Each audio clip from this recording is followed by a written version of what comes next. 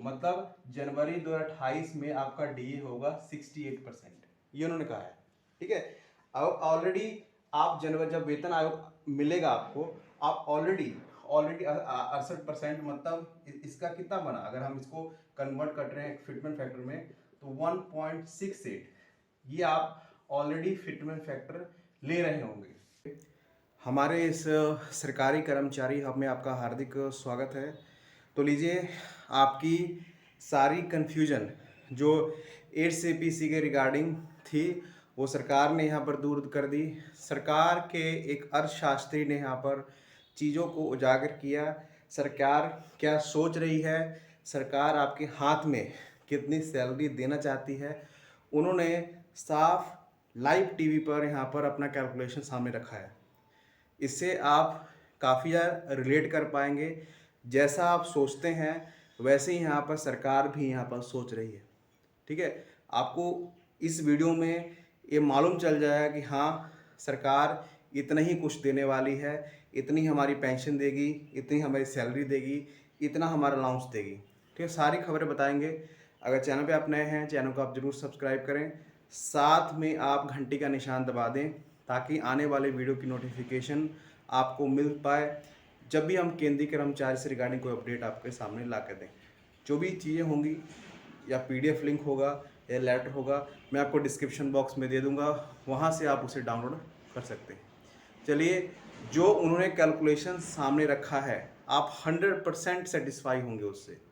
ठीक है, तो चलिए, उससे पहले उन्होंने एक चीज़ बताई है, आपको यहाँ पर दिखाना चाहूँगा। इस कॉलम को शायद आप याद होगा, जब वेतन आयोग आए हैं, सेकंड वेतन आयोग, थर्ड वेतन आयोग, फोर्थ, फिफ्थ, सिक्स, सेवन्थ, तभी तक 7 वेतन आयोग आ चुके हैं।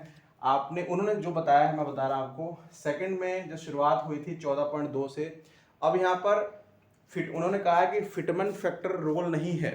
फिटमेंट फैक्टर जाए या फिर 2 हो जाए, 3 हो जाए, 2.57 हो जाए, चाहे इसका रोल नहीं है। सरकार कितनी बढ़ोतरी दे रही है, कितना आपकी सैलरी में इंक्रीज कर रही है, वो डिपेंड करता है।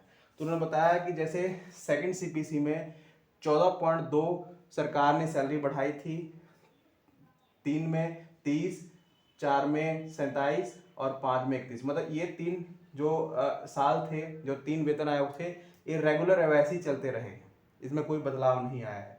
ठीक है, लेकिन सबसे जो बेस्ट, मतलब उन्होंने कहा है कि जो कर्मचारियों का एक सुनहरा युग था, जो सुनहरा समय था, वो 6 CPC था, जिसमें सैलरी को 54% की हाइक मिली थी।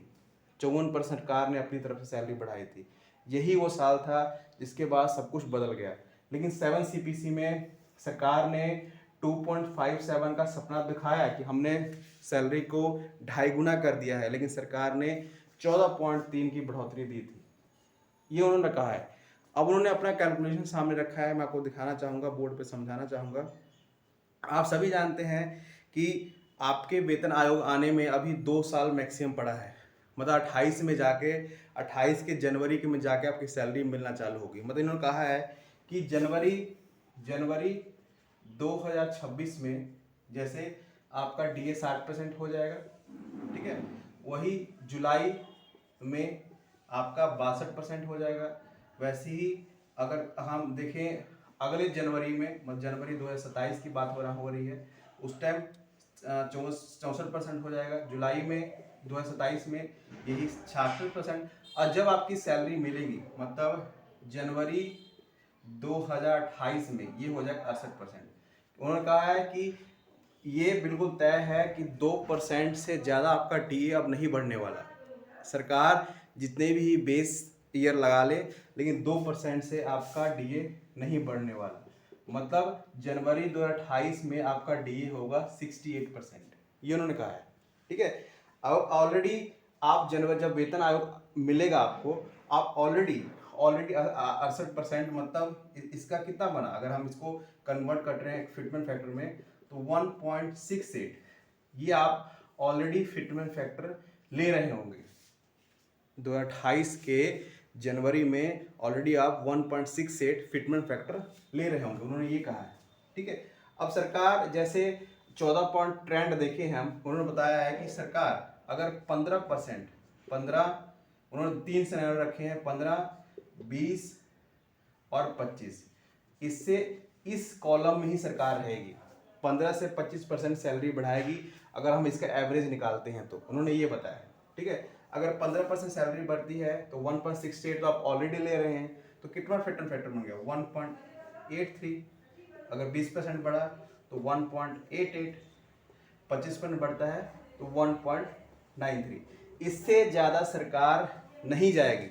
अगर सरकार जाती है, क्योंकि ये अर्थशास्त्री हैं, ठीक है, अगर जाती है सरकार को बड़ा नुकसान होगा, क्योंकि वो ऑलरेडी यहाँ पर ये वॉर चल रहा है। आप सभी जानते हैं कि अभी वॉर चल रहा है, आने वाले टाइम में इसका इफेक्ट रहेगा, उन्होंने ये भी बताया है। ठीक है, तो इससे ज़्यादा आपकी बढ़ोतरी यहाँ पर नहीं होने वाली है, यहाँ पर साफ यहाँ पर कह दिया है। अब हम इससे, अब देखिए, अब जो 18,000 वाले हैं, 18,000 वाले हैं, जो अभी 18,000 जिनका बेसिक है, इन्होंने बताया है कि अभी के टाइम 58% सैलरी उनको मिल रही है। ठीक है, अभी के टाइम वो 30,240 रुपए ऑलरेडी पा रहे हैं। जब ये फिटमेंट फैक्टर इस पर ऐड हो जाएगा तो कितना हो जाएगा 32,940 रुपए। अगर इसको हम देखते हैं तो ये हो जाएगा 33,840 रुपए। अगर हम इसको देखते हैं तो 34,740 रुपए। मतलब 30,000 के बाद आपकी इतनी सैलरी यहाँ पर बनने वाली है। ऑलरेडी आप 1.68 सैलरी ले रहे होंगे, इससे हम कैलकुलेट करते हैं तो ये सैलरी बन रही है 30,000 रुपये। ठीक है, अब जब इस पर फिटमेंट फैक्टर लगाया हुआ डी आपका 0 हो जाएगा, तो इतनी सैलरी यहाँ पर बन रही है जो आप ले रहे होंगे वेतन आयोग आने के बाद। इससे ज़्यादा सैलरी आपकी नहीं बढ़ेगी। मतलब उन्होंने साफ कह दिया इतनी रेंज तक की सैलरी सरकार बढ़ाएगी कि इसका इफेक्ट जो अभी की टाइम जो सिचुएशन है, इसका इफेक्ट अब वेतन आयोग पे भी पड़ने वाला है। बहुत बड़ी बात यहाँ पर कही है। आपको भी शायद यही लग रहा होगा कि 1.83, 1.88, 1.93 से ज़्यादा नहीं जाने वाला और सैलरी आपकी इसी रेंज में होने वाली, जब जो 18,000 सैलरी यहाँ पर ले रहे हैं। उन्होंने सारा कैलकुलेशन सामने रखा है, सारा कुछ यहाँ पर बता दिया है कि ये चीज़ें होने वाली हैं। अब सरकार उसी रेंज में रहने वाली है, 25% से ज़्यादा सैलरी नहीं बढ़ेगी। ठीक है, तो ये पूरा कैलकुलेशन सामने रखा है उन्होंने है। अब यहाँ पर इसका इफेक्ट क्या पड़ेगा। अब जैसे मान लीजिए सरकार यहाँ पर 1.93 दे रही है, सरकार 2 दे दे या 2.5 दे दे, इसका इफेक्ट ये पड़ेगा, इसमें इन्होंने कहा है कि इकोनॉमिक बूस्ट आएगा मार्केट में। अब लोगों के पास पैसा होगा तभी तो वो मार्केट जाएंगे, तभी वो दुकानों पर जाएंगे, खर्चा करेंगे, इससे सरकार की इनकम बढ़ेगी। लेकिन सरकार उसी रेंज में रहेगी, उस रेंज से वो आगे नहीं बढ़ने वाली है। उन्होंने साफ कह दिया है कि जो परचेजिंग पावर है वो बढ़ेगी, जो खरीद है वो बढ़ेगी, इससे जो है इकोनॉमी को बूस्ट मिलेगा। ठीक है, साफ उन्होंने कहा है कि जो फिटमेंट फैक्टर अगर ज़्यादा सरकार देती है, जो नहीं लग रहा है, अगर सरकार ज़्यादा देती है, अगर कम ना दे, अब ये उन्होंने कहा है कि इसके जो 2.57 दिया था, अगर इसके अराउंड में रहता है और बढ़ोतरी भी इतनी रहती है तो कुछ ज़्यादा कर्मचारियों को फ़ायदा नहीं होगा। अगर इससे ज़्यादा दे देती है तो सरकार का ही फ़ायदा यहाँ पर होने वाला है, उन्होंने साफ साफ ये कहा है। ठीक है, तो ये पूरा कैलकुलेशन उन्होंने सामने रखा। शायद आप इससे सेटिस्फाई होंगे, इस कैलकुलेशन से आप भी ये सोच रहे होंगे और उन्होंने भी यही कहा है। ठीक है, इस वीडियो को तमाम केंद्रीय कर्मचारियों तक शेयर जरूर करिएगा और हमारे चैनल को ऐसी न्यूज़ के लिए सब्सक्राइब जरूर करिएगा। धन्यवाद।